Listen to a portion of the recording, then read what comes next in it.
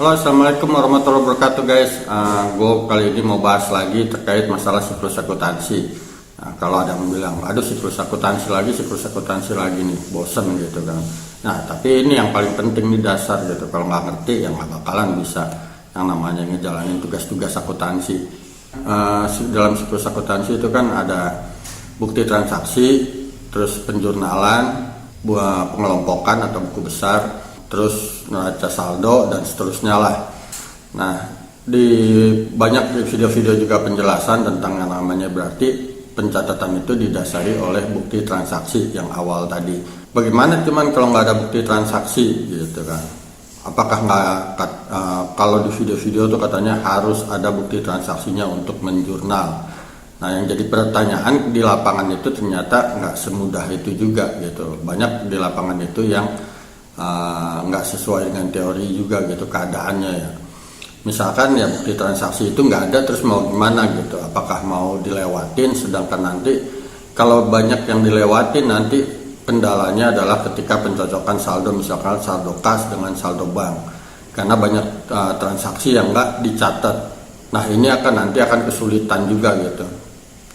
Terus gimana ya? Biasanya kita tetap catat yang namanya ketika nggak ada bukti transaksi itu biasanya kita gantung tuh di neraca. Misalkan kalau ada penerimaan tapi nggak ada bukti transaksinya, itu kita masukin di sisi pasifa, entah akunnya apa aja lah.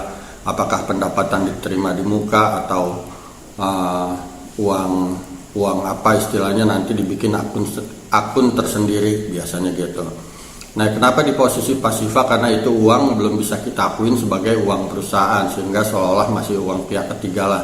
Ini yang namanya paham konservatif, kehati-hatian gitu loh. Nggak bisa main mengakui aja gitu. Nah, di sisi lain misalkan ada pengeluaran yang kita nggak ada buktinya. Kok bisa begitu? Misalkan ambil contoh, ini sering terjadi di kasir nih, kasir atau bendahara lah, kasir. Ketika dicocokkan antara fisik dengan catatan, ternyata selisih ada berbeda. Nah, ini kalau selisih ini apakah habis itu harus langsung dibiayakan atau gimana? Nah, biasanya kita gantung dulu sampai ketemu. Yang penting saldonya nanti sama dulu dengan antara saldo fisik dengan saldo fisik dengan saldo yang di catatan. Misalkan fisiknya cuma 5 juta, fisiknya cuma 5 juta, di catatan ada 7 juta atau 6 juta lah. Nah, sejutanya kan kemana nih? Nah, biasanya ini kita gantung nih. Nah, kita gantungnya ini sebagai ibaratnya piutang lah. Biasanya tuh piutang lain-lain atau biaya dibayar muka atau nanti ya bisa dibikin akun sendirilah seperti yang tadi. Nah, itu nanti tinggal penanggung jawabnya siapa, misalkan kasir ya. Piutang lainnya tuh piutang ke kasir gitu. Nanti ada buku pembantunya gitu. Nah, piutang karyawan misalkan A, B, C, D termasuk kasir. Kasir itu adalah uang muka yang pengeluaran yang belum dipertanggungjawabkan. Nanti keterangannya bisa seperti itu gitu. Nah, jadi dari video ini gue cuma mau simpulkan, enggak semua yang harus ada bukti transaksi baru dicatat nanti, karena kalau nunggu kita nggak bisa nunggu pencatatan itu harus ada bukti transaksi, sedangkan transaksi banyak kan gitu. Jangan sampai nanti akhirnya kesulitan ketika mencocokkan antara saldo buku dengan saldo fisik atau saldo rekening koran. Misalkan saldo rekening korannya 10 juta, ternyata di buku cuma 8 juta, berarti ada setoran misalkan masuk 2 juta, tapi kita nggak tahu dari mana. Ini contoh yang penerimaannya ya, yang bukti transaksi nggak ada tapi kita terima duit perusahaan.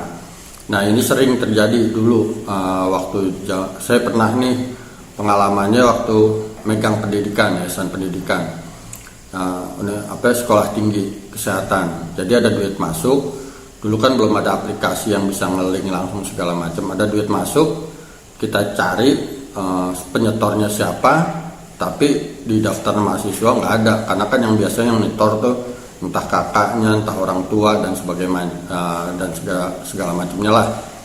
Nah, akhirnya kita gantunglah itu ke yang tadi saya bilang, ketika kita terima duit maka kita akuin itu duit masih pihak ketiga atau bukan duit perusahaan lah, kita gantung di sisi pasifa. Nah, itu jadi kesimpulannya teman-teman, nggak harus nunggu ada bukti untuk mencatat atau menjurnal gitu loh. Itu paling nggak harus digantung dulu entah aktiva di sisi aktiva atau aset atau di pasifa atau kewajiban. Jangan sampai nunggu akhirnya justru laporan keuangan itu akhirnya molor, nggak tepat waktu.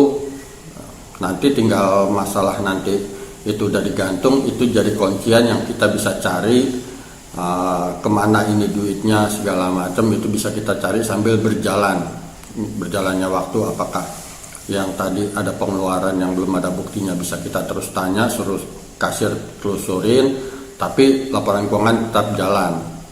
Oke, itu aja dari saya, mudah-mudahan berguna. Wassalamualaikum warahmatullahi wabarakatuh.